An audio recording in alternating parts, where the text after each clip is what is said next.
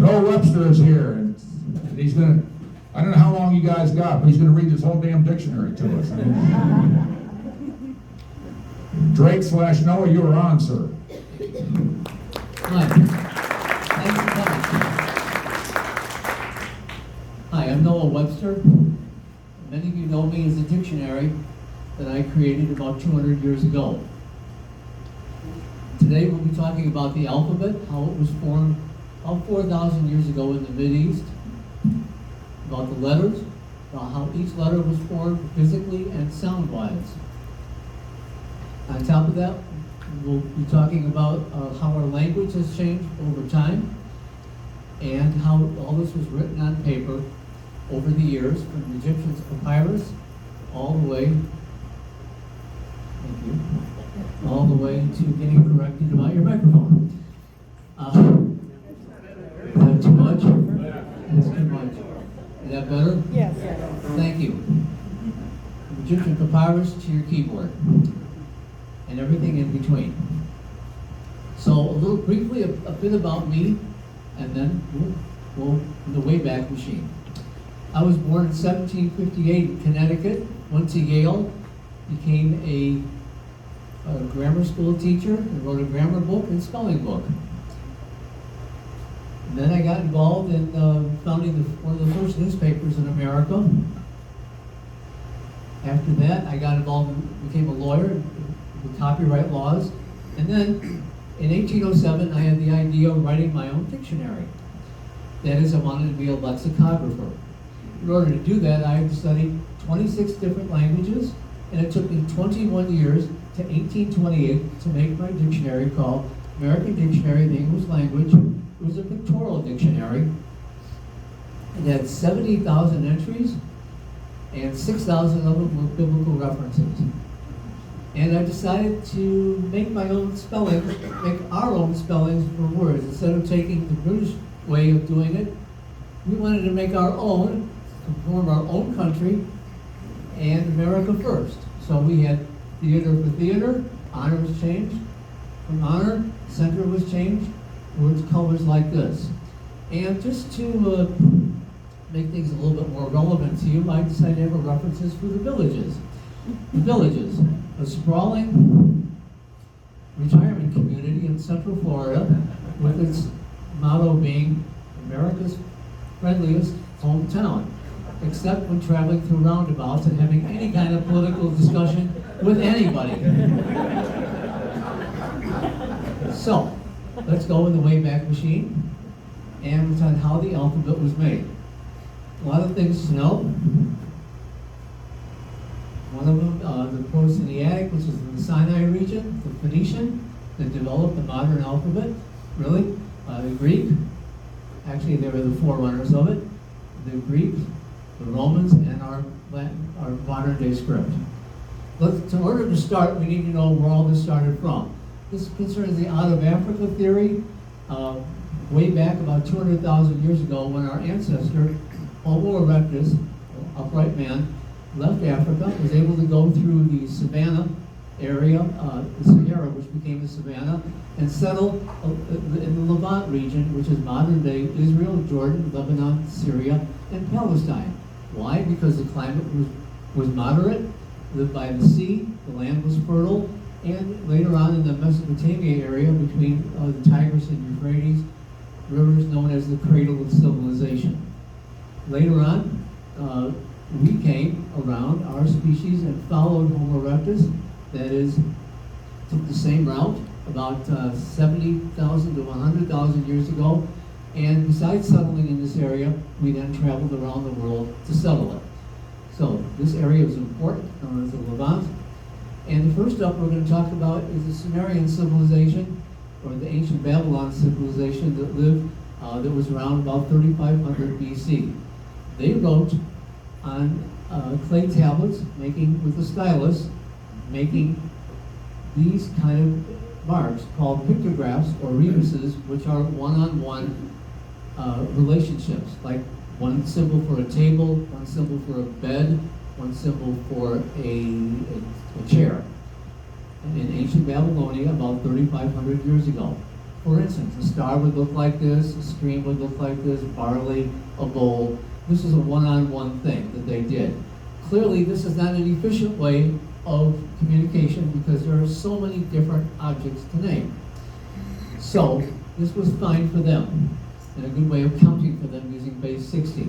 And these people who made these contributions to our world with physical representations like the Sphinx, the pyramids, the UNESCO World Sites, anything like that, and the alphabet itself, had no outside assistance. I'll say one bad thing about a club here, the 2012 club thinks that there was conspiracies doing this with aliens and silly people from Atlantis. This is not true. This is a lie. These people did this themselves. That's why you take a cultural anthropology course in college to become less ignorant. So, another example was the ancient Egyptians that lived in the Upper Nile Delta. They had a combination of phonetic and symbolic writing rather than purely pictorial. So these are hieroglyphics, and they had 1,000 symbols, about 700 that were commonly used, and it was a mishmash of sounds and ideas, some sound words like TH, SH, CH, KH, and it was a big mix-up. It was so complicated that Champollion, who found the Rosetta Stone in 1799 and deciphered the hieroglyphics to Greek, took him 20 years to be able to figure this out. So again, this was complicated and not a good way to communicate worldwide. The ones that really made the contribution were the ancient Phoenicians that lived in the Levant area from about 1500 BC to 300. And they had an idea from Prince Cadmus, who ruled them, that they wanted symbols creating different sounds. They realized this would be a better way to communicate and to facilitate trade. So they had a new idea to improve communication. They took parts from the ancient hieroglyphics and part of the Hebrew also alphabet that they had, which also took from the Phoenicians. So Prince Cadmus had this idea, and the Phoenicians lived in around the Beirut area, Lebanon. They lived not too far from Damascus. Galilee you represent right in the Levant area in the Jordan Valley, about 1500 to 300 BC. And they were traders. That means that they liked to trade. In order to trade, you have to be able to communicate with hundreds of different languages that they bumped into. And they thought this was a good way of dealing with it using sounds with letters. How did they travel? Well, by boat with oars and a sail, much like right here. And they had this whole area that they traded in. It was about 2,500 miles on the coastline of the Mediterranean Sea, and everywhere they went, they bumped into a different language. Well, of course, that's going to be a problem, especially if you have a language that has a 1-to-1 ratio. So, they had to create a different way to do this, and they were really big into trading, like these shells, as well as bronze, gold, cedar, linen, dried fish, olive oil, and wine. So they wanted to trade. This was their alphabet based on what they did, and they related them to sounds. Of course, this changed over time. This was about 1,000 years BC. Now, we're going to say letters, and I encourage you in your own mouth to say them in your own way to yourself, so it'd be a little easier to understand. A was actually an eagle with the Egyptians, but it was transformed to be a head of a cow called a leaf. The Proto-Sinaitic is from the Sinai Peninsula, that's what it means, or from the Hebrew, Arabic, and Aramaic, which is what Jesus spoke of that day, and it became a leaf. The Phoenicians had it this way, and the Paleo-Hebrew means that the Hebrew had it this way, the Hebrew alphabet. Or more simply, the Egyptians changed it to this. This became about 1700 BC. The Phoenicians made it this way, the Greeks made it this way, and the Romans made it this way. You can still see the head of the cow and the A and the 2 horns. So this is the way it went from a leaf, or alpha, alpha being first. Alphabet, first and second. Alpha and omega, first and last. Alpha Centauri, alpha waves, alpha male, and it's always number 1. So A, from the back of the throat. B was in the shape of a house, and it was called in Hebrew Beth, Bet, or Bayit. It was actually a house resting on upside down. And that B sound comes from the lips being pursed out, which is a natural reflex for a baby to nurse. And this is how they survive. So B was a house turned upside down. The Romans then turned it upside, turned it right, turned it straight up, because they like to read from right to left. And you can still see in the letter B the entrance of the house, the two rooms, and the roof of the house right here. The Greeks called it beta. And B is always on the B side. B side, B lead, second best, plan B. What's your plan B? Now C from the tongue going up to the roof of the mouth, C from rolling off the tongue at the top out, was also related to G. It was called Gimel. Egyptians, or for Egyptian staff slang, or like a boomerang, you throw at an animal, and they would be hurt, and you'd be able to catch it like a rabbit. And then it became Gamel, and the letter came from the Phoenicians, shaped like a boomerang, but more crescent shape. And C comes from the letters E, I, Y, before the letters E, I, Y in English. So C sounds from the top of the tongue out to the lips. C, Gimel or Gamel, and is related to G. And it was originally shaped like a hunter stick, and in about 500 BC was given a crescent shape, and then 500 years more, the Romans flipped it to what it is today, to read from left to right. D, the tongue goes up to the back of the teeth. That's another nursing reflex. That's why a baby can say B's, D's, and M's, because it's a nursing reflex. That's why they say the word first. D used to be the folding door of a tent. And if you take a look, it looks like that. It looks like this, or it looks like this, called Dalet. And it used to be a triangle facing left. And then the Greeks called it Delta. And it was later flipped by the Romans. So it was called D, Dalet, or door. So these words are now becoming a pattern. That is, there are common everyday things that we can both relate to, and no matter how much status you have, you can relate to it, poor or rich. Everyday use.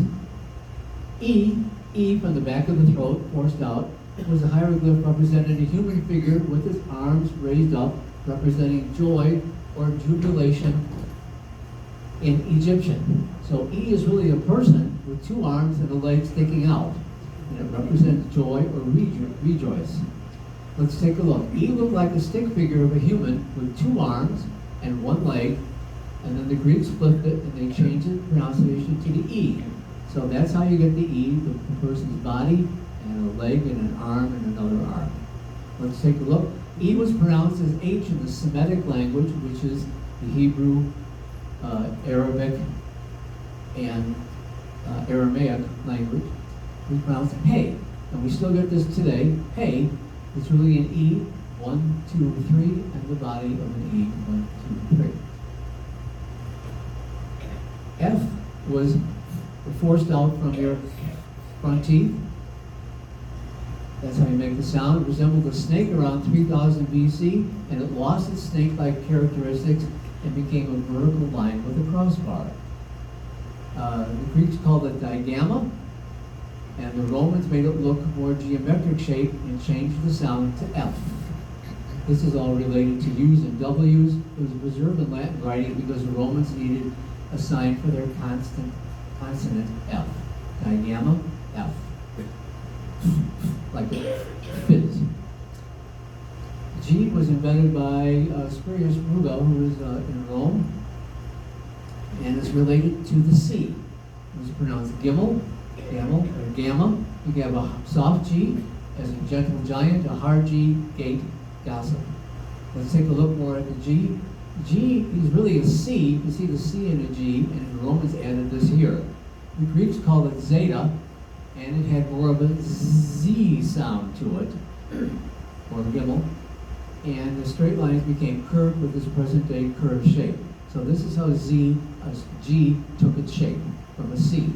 They're related. And we're losing the G right now. You bet we are. And when we talk, what's happening, just saying what's going on, keep on trucking, traveling, how you doing, fixing to, singing in the rain, rambling, gambling, traveling, man, and I'm loving it. And that's how language evolved. When we drop things, we add things. There's no need to moralize about it. That's what it is. H was a breathy exhale from the back of the throat and out with an open mouth. H was the Phoenician letter hef, in the shape of a fence. Take a look at a modern day fence, one side, in the middle, that's how you get the H. And it evolved over time. And there currently is 37 million miles of fences in the world. That's 140 round trips to the moon. That's what fences are so important. Also, fences were important because 12,000 years ago, we decided to stay around and to live communally because we started growing things. And when you start growing things, you have to be able to plant, water, weed, and then harvest what you have. So you have to stay there. And then they had animals too, like sheep and goats. The fences, we keep them in, and we keep outside predators away. And you get to know your boundaries of where things are. So that's why fences are important back in the day, and even now. I was a Semitic yad, which stood for hand or arm, like this. So when you volunteer for something, you're really saying, I want to do it. Or, I'm here. So it became a hand, and to the Greeks it was called iota. So it became more of a hand sign from the Egyptian hieroglyphic writing, and over time it developed into a straight line. The dot over the I came in the 11th century to make sure it just wasn't a mark by accident. So that's how it took. And the Romans did not like these kind of squiggle lines. They liked lightning bolt lines. They wanted straight lines because they were straightforward about everything that they did. And they wanted to control everything. J was invented in the 15th century by this man, Gian Trissino. Actually, it wasn't really into the writing until the 16th century. J came from I. And back in the day when Jesus was around, his name wasn't Jesus, they would pronounce it Jesus or Yahshua. Yahshua of Nazareth, Yahshua, son of Josepheth, no J for Joseph. So that's what it was given to me at that time. The Spanish pronounce it as in silent, jorge, highlight. The Arabics, they pronounce J. And the Orthodox Jews had to have another name. They had the name Yahweh, which they cannot pronounce, they cannot say, because it's disrespectful. So over time it was changed to Jehovah. They took the Y and made it a J, and kept the H, the V became a W, and they kept the H and changed vowels.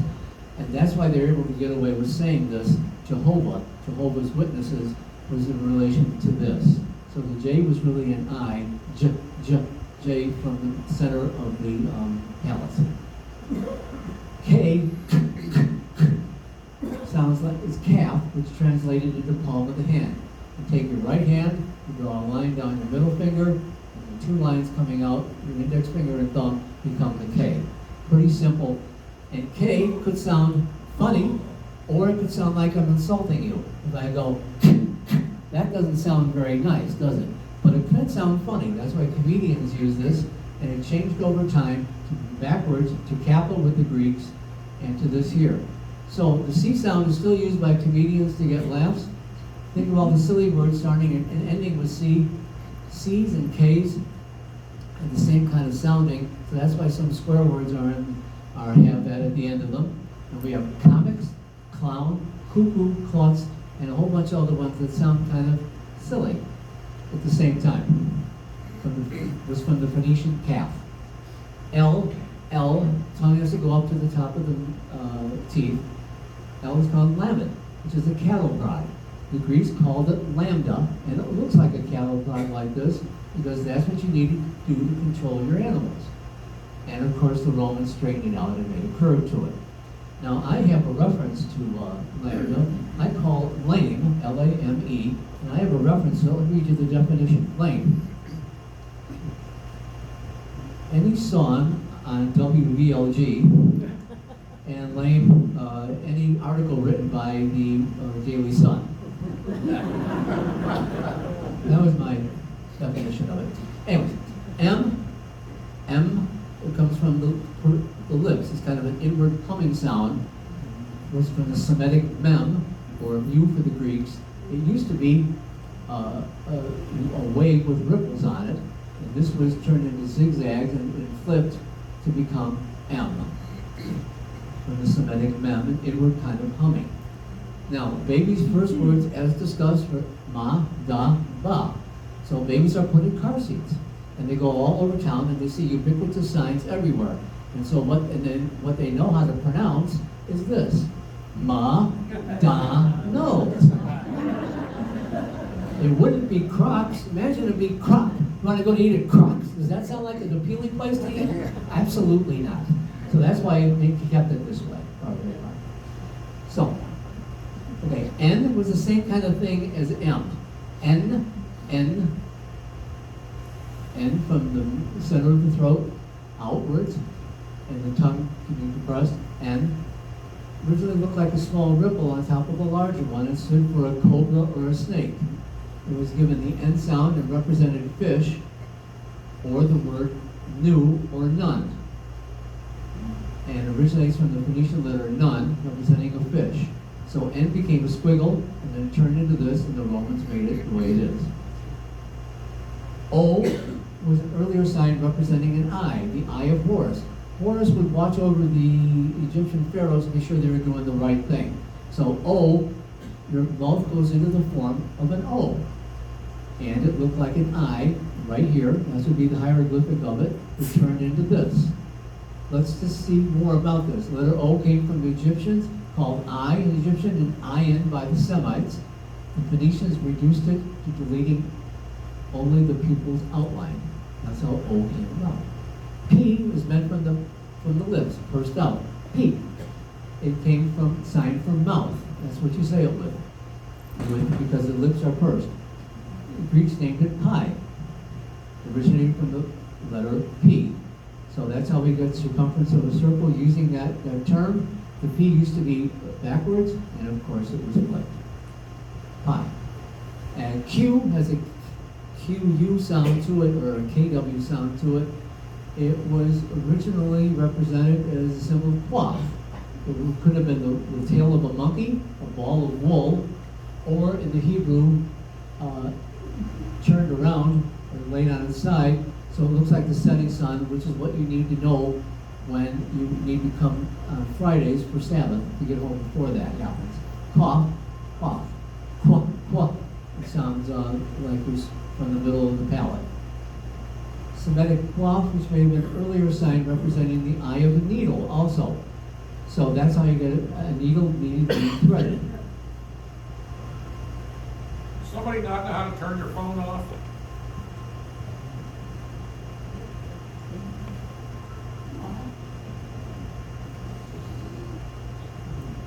Okay, so we'll move on. The eye of a needle, and you bet sewing was important. People think it's just for a bunch of old women sitting around. It's not. It's not. If you need it, when you're going out to go hunting, or you're going out to collect berries, you need to be dressed properly because the weather could change at any time. And if it does, you could have hypothermia if you're not dressed right. Additionally, your shoes need to be correct, and your private parts need to be covered up when you're going out in thorny bushes looking for things. So you bet sewing was important. The Q was part of that. We also have from the Romans, it sounds more of a KW, quid, pro, quintus means fifth, Corvitas, and then Koran. So that's how we get the Q. R is one of the most interesting ones possible because it's really a human face facing a certain way called Resh. R, from the back of the throat. And if you take the letter R, you see the back of the head, the top of the head to here, the face, and the chin going down to the neck, and that's how you get R. But it represents something important. And it represented the pharaoh or the king. It represents royalty, rex, regal, head of state. You get a lot of important R words because of it, and it shows sincerity as well as respect. R, of the king. And this is a little confusing, but R's and L's pronounced hard are harsh. When you say them harshly, they sound a bit classless and a bit guttural. So, if you slur the R's and L's, they become liquid R's and L's that are said by the British. Like Viking, explore the world and comfort. In other words, they don't pronounce the R's and L's. When you say that, it makes you more sophisticated, it seems, debonair, suave, aristocratic, like you have money, class, and education. So that's why on voiceovers, on documentaries, they use a British accent to make it sound this way. Now, and on nature shows and anything else like this. So Nikki Daisy has a show on NPR called and I'm not mispronouncing it, the Odds Hour. What is the Odds Hour? It's really this, but it took me 12 times to understand what she was trying to say. And it does sound a bit aristocratic. So if you have a name like Clark Griswold, those are all hard, harsh sounds. That doesn't sound very appealing. Neither does Clark Kent with that going on. And that's why they have those kind of dorky kind of names regarding this. So that's what you see today. S is fun too. S used to be the bow of an arrow, maybe, the shape of a sand dune, or the top of a molar, a tooth, an S shape. The Romans stood it up. We called it shin. The Greeks called it sigma. And this is how S came about. And S always somehow sounds sexy, like sporty, style, like you're selling a car to guys. Seductive, sensual, sizzle, spandex, scintillating, silky, sparkle, and men have an addiction to a shape of an S with a woman. The more of an S it shows, the more OCD it is. So they have this going on. And S is the most commonly used letter of all the words to start with in the English language. T or t. Oh, by the way, S is real simple to say. It just comes out from the top of your tongue. S. You don't have to do anything, that's why it's so popular. You can form your lips a certain way, or take time. T was top of the tongue to the top of the back of the teeth. It was called tau by the Greeks, and they also adapted the cross to distinguish it from X. Ta, the Greek letter. So the Phoenicians made it ta, they made it with a cross on it. When it's stamped on convicts' hands for theft, you get two T's on their thumbs. That's how this is, and tau and T. And now we're mispronouncing the word to, as in ta, or I got to do it, got to go to the store, or to go, which means, I thought it was a island in the South Pacific, to go. But this is how our language has changed. U originally was U, from the lips being pursed out, looked like a Y about 1000 BC. It was called Wa, Peg, or Upsilon, and the U kind of looks like a Y. You can see the difference just between them. And the Romans used V and W interchangeably. The distinction appeared in the 1400s. U and V look a lot alike, the same. And V with just the lips going out. Romans managed to do without the letter V, W, and J when they had their alphabet. This came with a later thing in the Middle Ages. U, which is the lips being pursed out again, U, from the back of the throat, started around Charlemagne with the scribes around 700 AD. At that time, it was close to V. It's really two U's, and the scribes started using more of it in the 11th century, and that's how W came about. W, two words. X was the ancient Greek sounded psi. So if you want to know how the Roman numeral 10 came about, you take your hands, pull them together, and you get an X with your thumbs, and that's how the Roman numeral 10. Or 5, or 5, which is a V, and if you're another V, and that's how you get 10. So that's how the Romans did that. X from the back of the throat, side. And X, with Rene Descartes, came to be known as a unknown unspecified constant. That means it's something to be solved, and the Arabics had this too, and that's something, like the quadratic equation from René Descartes in the 16th century in France. Y, from your lips going out and then in and then out, started out as upsilon and became the same as U as described before, upsilon or Y. Now we have a situation with language where the word Y is used in two words, you and yes. So you has been changed to yo, ya, y'all, cha. That's what you doing? And that's been changed over time too. On average, we only use 20% of our vocabulary.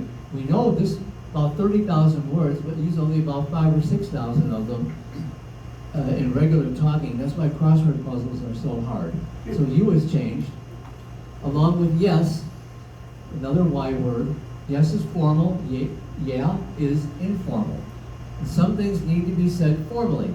Will you marry me? Yes or no? In court, swear to tell the truth, yes or no? Or when you deal with anybody in the army. So yeah is informal, like yeah, right, or yeah. Imagine if the Beatles would have sang, she loves you, yes, yes, yes. That would not have gone over. And now we infantilize words and shorten them with Y's and IE sounds. Y, like Bobby, Joey, Kenny, Betsy, we use the IE or Y sound, Charlie, Larry, Susie, and we take nouns and put IEs or Y in front of them, making them babyish. Like hoodie, blankie, foodie, selfie, belly, sippy cup, Bergie bits, which are icebergs, or smoothie. Now, a man would never say some of these other words as they are feminized, like tummy or comfy. Men never use tummy, yummy, kitty cat, cutie, hottie, sassy, hunky, icky, dreamy, nighty, teddy, or it's potty time. I have to use the potty. No man ever says that they've been feminized.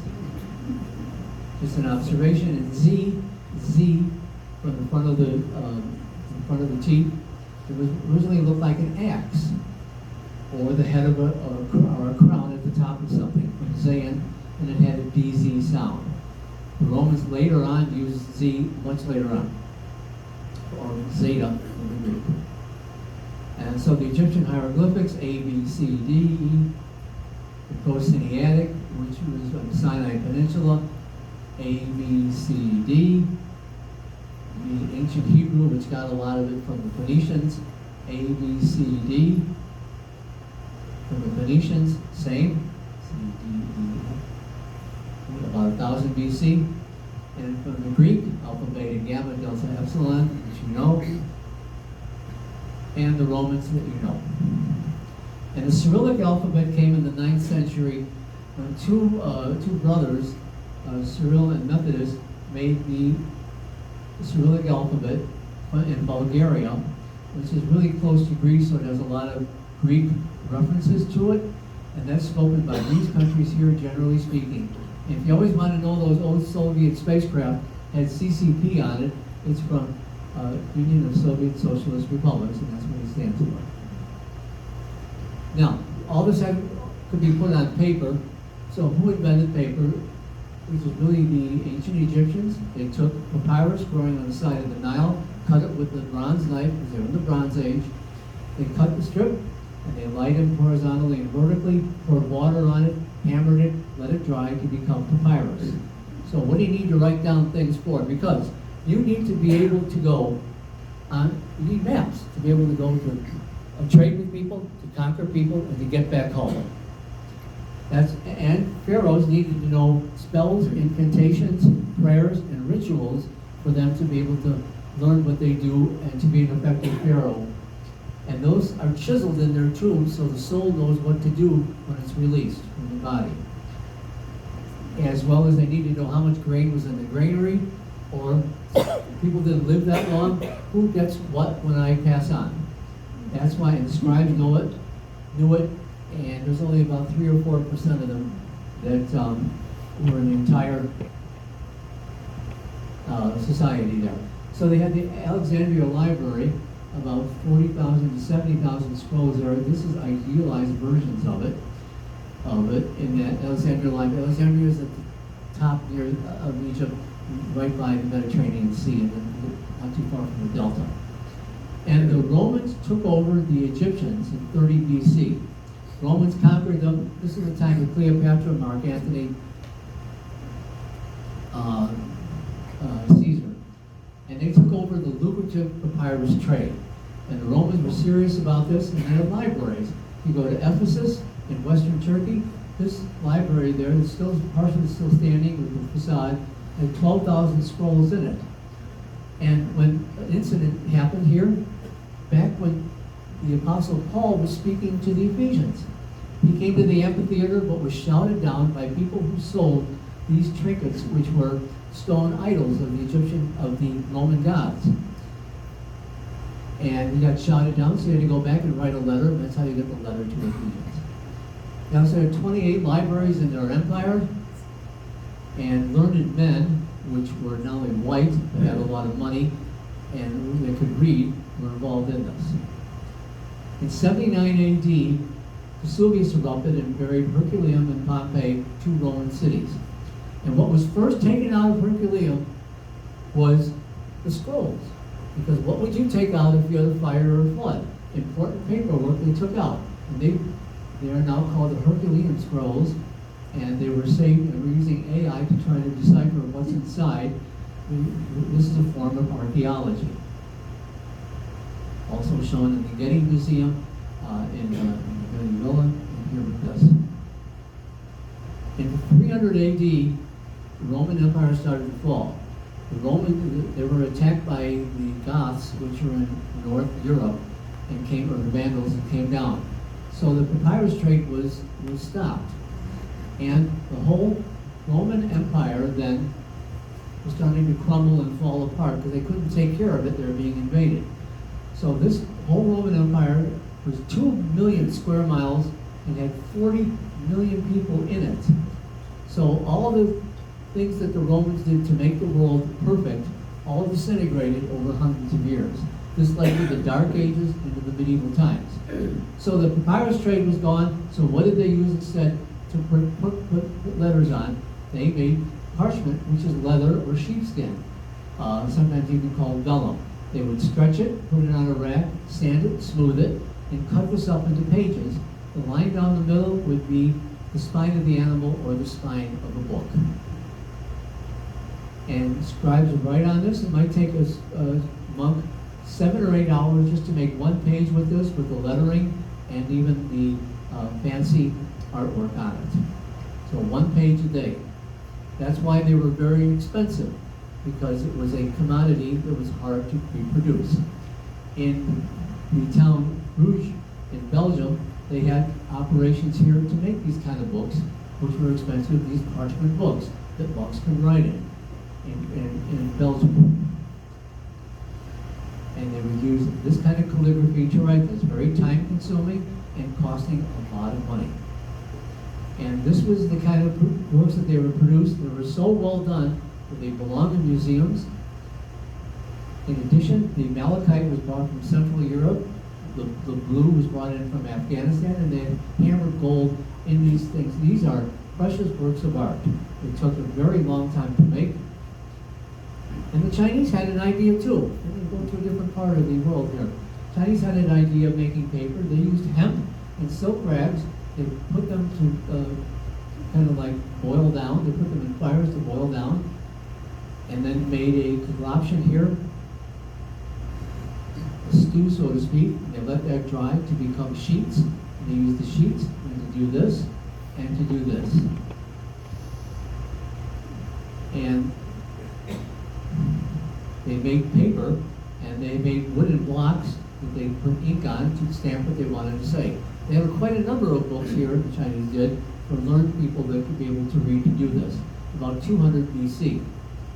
Now, the Great Wall of China was meant to protect Beijing. It's about, in total, 13,000 miles long, made in different sections over 2,000 years. And they wanted to protect the things that China had. China wanted to protect itself. So what did they do? They built the Great Wall, and that was to keep the Mongols from invading. But anybody can get over the wall, it's just you can't get a horse over the wall, and when you're on a horse, then you can conquer it.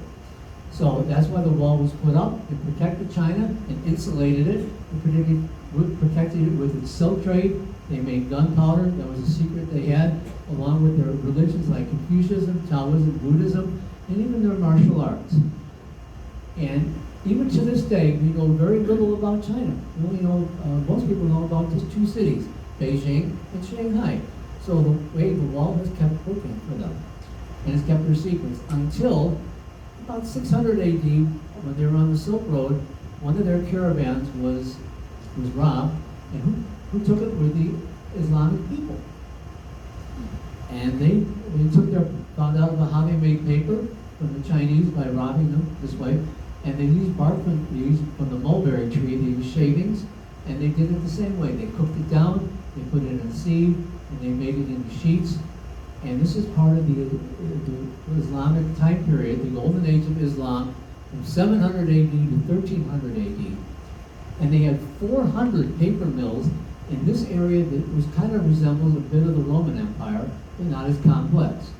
Now, in the Islamic tradition, you really shouldn't be able to draw anything. It's blasphemous to draw anything.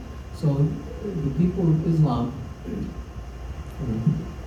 decided then to make decorative arts with their writing and what they could do in their places of worship. The Europeans did well with painting, and that's why they had them in their churches. That's why their world's best artworks are European. But for the Islamic people, they turned it into something like this, which is the Alhambra. And this was made with fantastic geometric designs as opposed to pictures of things. That's where they wanted it. And you can still see Islamic calligraphy in different kind of buildings here, built around the area, built in the Islamic world. This represents the shape of Islamic calligraphy. And they brought all kinds of ideas in arts and sciences. They invented algebra, as well as mathematics. It was the golden age of scientific method. And these books were then passed on to Copernicus, Galileo, Brahe. See, when you have things that you can pass on, that makes it better for other people to know about it, rather than just staying in one region, like language that we discussed.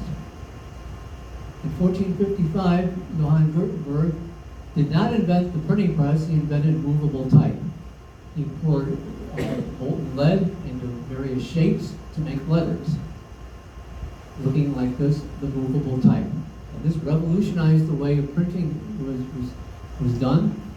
And the press, there's a lot of factors involved. You had to have the paper for it, you had to have people setting the type, picking out the letters, doing work, picking out the letters, as well as a press here to do this, to show it here, and you have a finished product. So it's an involved process that looks something like this. And he's able to mass produce works rather than just doing one thing at one time like the monks did or the Egyptians did. So this is the Gutenberg Bible.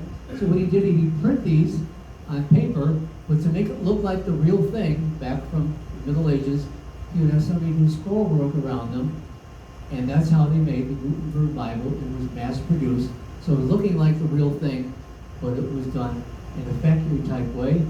He made Bibles, as many as 60 of them on vellum, which is calfskin, and he had 42 lines in them of Gothic text and double columns, and you had to have somebody taking the paper, printed paper, blotting it, cutting it up into pages, and then being able to finish proof here.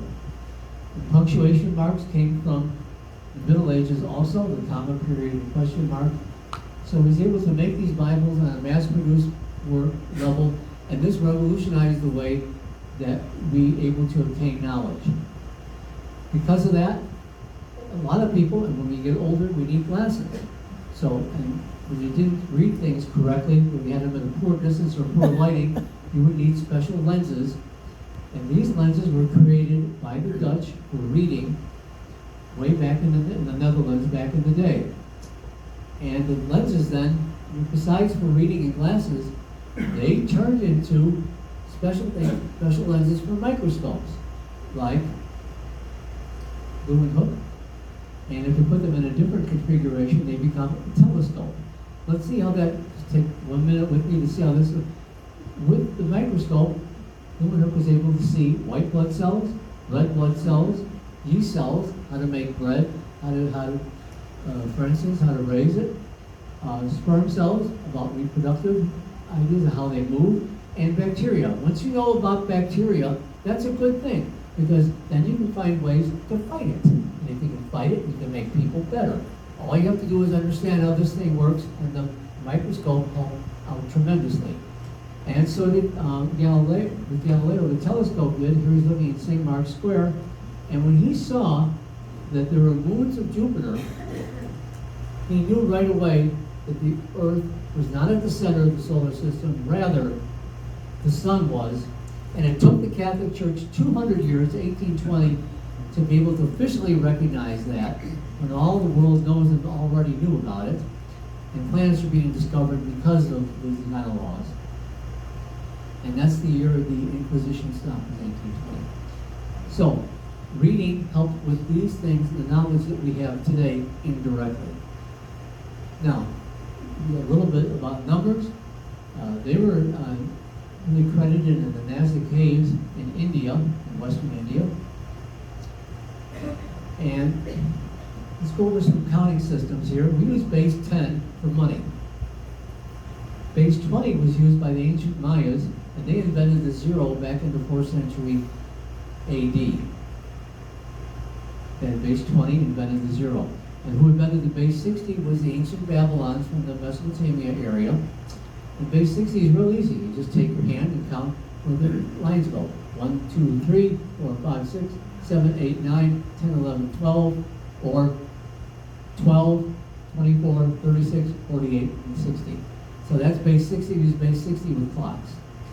All because of what we did. And the zeros helped out because you had to have long numbers. Mine says 0 because their calendar went for 5,000 years and then restarted again. Cursive came about as a simple way of not picking up your pen and picking it up every time a new letter was written. So that's how cursive came along. It's an informal way of writing, but it was a way to get things done quickly. The typewriter was not invented by Thomas Edison. It was invented by other people, and so they have the QWERTY type letters up here, so the keys wouldn't be easily broken. You can easily type 120 words per minute. I know because the lady I married was able to type 120 words per minute, and that's how they break. So we have them because of that reason. And this is a modern paper mill in today's world. We do the same thing they did back in the day. We would take the bark off, put them in a chipper, and put them in a solution with bleach, and put them on a paper machine to be able to roll out thousands of feet of paper a day, thousands, and make it into what it is today.